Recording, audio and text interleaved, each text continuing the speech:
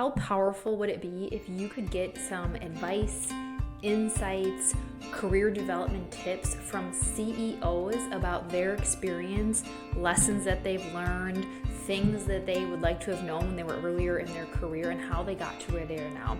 That's what we're going to be talking about on this episode, where I share some CEO insights from a recent event I was at that are really going to help you as you continue to grow in your career. Hello. Welcome back to another episode of the It Starts With You podcast. So excited to have you today. Here I am with my delicious coffee because we're going to have a little coffee chat, a little CEO insight coffee chat. So what I wanted to do today for you, when I was thinking about what I wanted to talk about and what would be beneficial for those of you listening, I'm really hoping that this, no matter what level you're at in your career, whether you were new growing in your career, whether you're sort of the mid-level or you're already at this high-level executive position, we can all learn from these insights because we never stop learning and growing. And that was one of the biggest things. So I wanted to share a while back, I was speaking at an event, and I wanted to share a little bit of, without sharing specifically what the event was, I want to share a little bit of context for what this event was and how the lessons that were given and learned in this can be beneficial for wherever you're at in your career. So I was at this amazing event where I was invited to be the closing speaker. And if anyone's listening who happened to be at the event, again, I'm not going to say specifically where it was, but if you're listening, I'm so happy to have you listening to the podcast. I would love your insights about what I'm sharing in my perspective of what I heard from the event. So I was invited to this event to be the closing speaker. This event was for a healthcare system and for multiple different hospitals, and this was an amazing group of women leaders. So this is specifically really relevant to those of you who are women who are listening, who have some thoughts around how you're growing in your career. So this was in the healthcare space, multiple hospitals that came together, an amazing program to help these women leaders to grow in their career. And so there was people who were still individual contributors or just looking to get into leadership, all the way up there. We had multiple CEOs and chief executive type positions. And the session that I was brought in to do was around executive presence, one of the topics that I really love to deliver on. I have multiple different sessions. I had also spoken for this organization on the power of presence for one of their leadership teams for healthcare. And I really love to go in and talk through your presence, meaning your brand, your influence, but also executive presence. And specifically, we were talking about for these women leaders, how they can really lead with authenticity and confidence in their role. And so while I was really there to help inspire and motivate them, it also was a very discussion based, where, it wasn't just me talking the whole time. They had some opportunities to network with each other and to really think about their own careers and how they can grow. And again, really focusing on how when we're having executive presence, there's a lot of different definitions of it, and there's a lot of different expectations around it depending upon the environment you're in. So how do you maintain your own authenticity in that? And one of the big things we also talk about is personal branding. And if you're sitting here listening going, wow, this is something that we need, pause this, scroll down to the show notes and set up a conversation with me, because I bring this to intact teams, to conferences, to different events, and we really customize and personalize the idea of your presence and influence based on the audience that I'm speaking to and the group that we're having and their goals. So we were really helping them to continue to own their presence, which had been a big theme for their leadership program for the year. And what I really loved about this group is we had this variety of leaders in all of these different levels within these organizations. And sometimes that can be tricky because, people do have different roles. Some have big roles of leading a lot of different people and strategy. Some are a little bit more into the tactical. However, we all, no matter where we're at, need to continue to elevate our presence and influence. And that was one of the messages that I was really sharing with them, was around at every single level, it's going to require us to call up different skills in ourselves. And really leading with this presence and influence when you're trying to continue to grow and kind of climb the ladder in your career is super important. And so we talked about that. Also being able to build advocates in your network throughout the organization. However, when we get to that level, maybe you have aspirations to be at that C-suite, or maybe you're listening and you're already at that C-suite type position, or you're at that executive level, or maybe you run your own business, you're the CEO already. It doesn't mean that we just check the box and go, okay, I don't need to do this, because every new position you're in, you have more influence, you need to lead in different ways. And so your presence and your influence and the way you communicate needs to evolve. And that's where a lot of people can struggle, is because at every single position, and the same thing with your personal brand, which really goes with your presence, is you need to reevaluate that and see, am I still in alignment with the brand that I want to be? And is this what I need to be emulating in order to achieve what I need to achieve to influence the people that I need to influence? And so we had such a great conversation. So some of the biggest things I wanted to share with you, without calling out any, specifics around it, is what some of the amazing dialogue was. And the group was so contributive around sharing, their lessons and what they struggle with.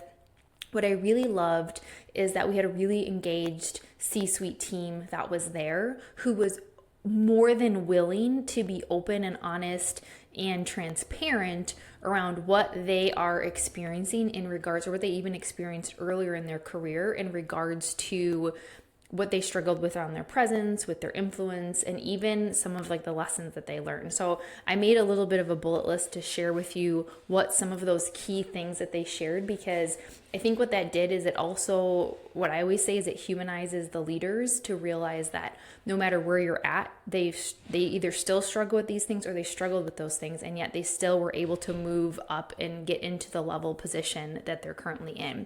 So a couple of key things that they shared. And, in some of the discussion that we had, some of the amazing things that they shared that was so helpful for the room, but also want to be helpful for you as, you're listening to this, is this idea of imposter syndrome. So we were talking about this. Someone brought this up when I asked, what gets in the way of you showing up confident? What gets in the way of you speaking up and using your voice? And someone said imposter syndrome, feeling like I don't belong in the room, feeling like I don't know enough. And what I loved is one of these CEOs shared, that doesn't go away. You just get better at managing it. So that's the first thing I want to share with you, is that idea of that imposter syndrome is sometimes we put this label on ourselves. And when you put that label on yourself, then you start to take that identity on. And just to realize that idea of feeling like an imposter, or that voice telling you you're good enough, it really doesn't go away. Like if you're sitting there waiting for it to go away, you're always going to be waiting, because at every single level, you're going to have a little bit of that voice. For some people, it's really loud and it literally keeps them stuck. And for some people, they know how to manage it. And so I loved that this particular CEO shared this idea that the imposter syndrome doesn't go away. As you continue to grow, you have more required of you. You still have that, but you learn better ways to manage it, and you learn how to move through it. And so right now, if you're sitting in that, the biggest thing you can do is to get the tools and get the support, get the coach, get the mentors that are going to help you move through that. The second big thing that we talked about, or that was brought up from the group, is I had brought up this idea of networking and getting advocates, and how important it is, as you're growing your presence and influence, is to grow your network within your organization. And I say down, across, up, the same thing with influence, right? Is you want to have people on your team, and you want to have people who are advocating for you, so that when your name gets brought up for opportunities, people know you and people trust you, and they have this, she's got it, he's got it, right? And so one of the things that one of the CEOs shared was, you need that. People need to know who you are. And also, though, it doesn't always need to be the CEO. Sometimes people are like, well, trying to get time with the C-suite leaders or the top of your organization, and realize they're really busy. And so if you're going to ask for their time, first of all, you need to make sure you're organized and you know what it is you're asking, but also to know that they might not be the right person, but there are many other leaders, and there's many other at different levels that aren't at the very top, that you can partner with, that you can take on as strategic partners or advisors, or just start to network with. The other thing that one of these, C-suite leaders shared, there's just this vulnerability of the sharing around looking back on their career, just realizing how big a piece your own confidence and mindset plays around your abilities.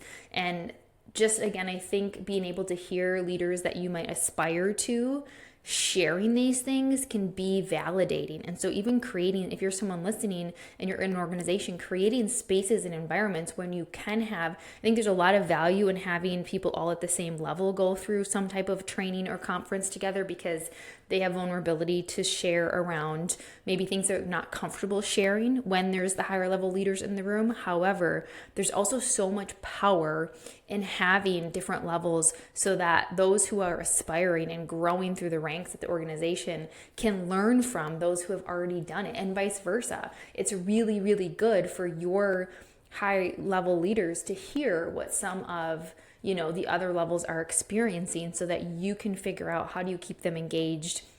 What are those blocks that are getting in the way? And so just some of those vulnerable shares around how these women, leaders, these women C-suite level leaders, the impact that their own confidence and mindset had, and how important that is to really focus on that. And then the other big takeaway that I wanted to share from it, and one of the things was around our personal brand. And so in this session, we take a lot of intentional time talking about how do you intentionally curate your personal brand, what you want to be known for. This is how you build know, like, and trust with people. And part of the conversation, we talk about brand. And one of the questions that I asked in the room is I asked, what is a brand that you love? And, they would share a different brand, and I'd say, what do you love about it? And they would share what they loved. And when we had multiple people share different brands of all different types of products and services. And I asked the group, I said, what is the common theme through what everyone said? And they all said consistency, right? So in all of the answers, no matter what the brand was, why they loved it so much was this underlying idea of consistency and trust, that when they bought that product, that when they went to that place, that they knew what to expect. And there was this idea of it was consistent and people knew what to expect, and that they had trust with them. And this was such a big insight. And the C-suite leaders really called that out as well, to say that is such a important thing to remember, that if you are looking to build your presence and influence, either from your own business, from the perspective of in your career, wherever you're at, is that what type of brand are you putting out there, and do people know what they're going to get when they work with you, when they interact with you, and are you creating that consistent experience? Do people trust you? And so those insights were really gold. I just wanted to capture that. It's like, how can I capture that not only for the room, but also to share with other people? And so that's why I wanted to share this with you today, because if you take these things and really think about how are you focusing on these, again, not only does it open up for, wow, these leaders are experiencing this, but how can I take this and be able to have more presence and influence? So the biggest things, again, I would say is that imposter syndrome, it doesn't ever fully go away, but we can learn how to manage it so that it doesn't stop us, that it is fuel for us. The other thing was networking and getting advocates and making sure that you are growing the people who are there to support you and cheering you on, and that it can be from unexpected places as well. The other thing was just around this idea of how important your own confidence and your mindset and your own abilities are, so that you can advocate for yourself. And then the other big takeaway I wanted to share with you was this power of the personal brand, and how are you really growing your visibility with people, but also through having consistency and building trust with people. So I hope these insights were helpful for you. I would love for you to message me and say which one stands out for you the most, because remember, these are the things that's going to set you apart. And if you're listening to this podcast, you are most likely, like me and like a lot of the clients I work with, that you are a high achiever, that you have this drive, that you want to do better for yourself, whether that's growing personally or professionally. And these are the things that are going to help get you there.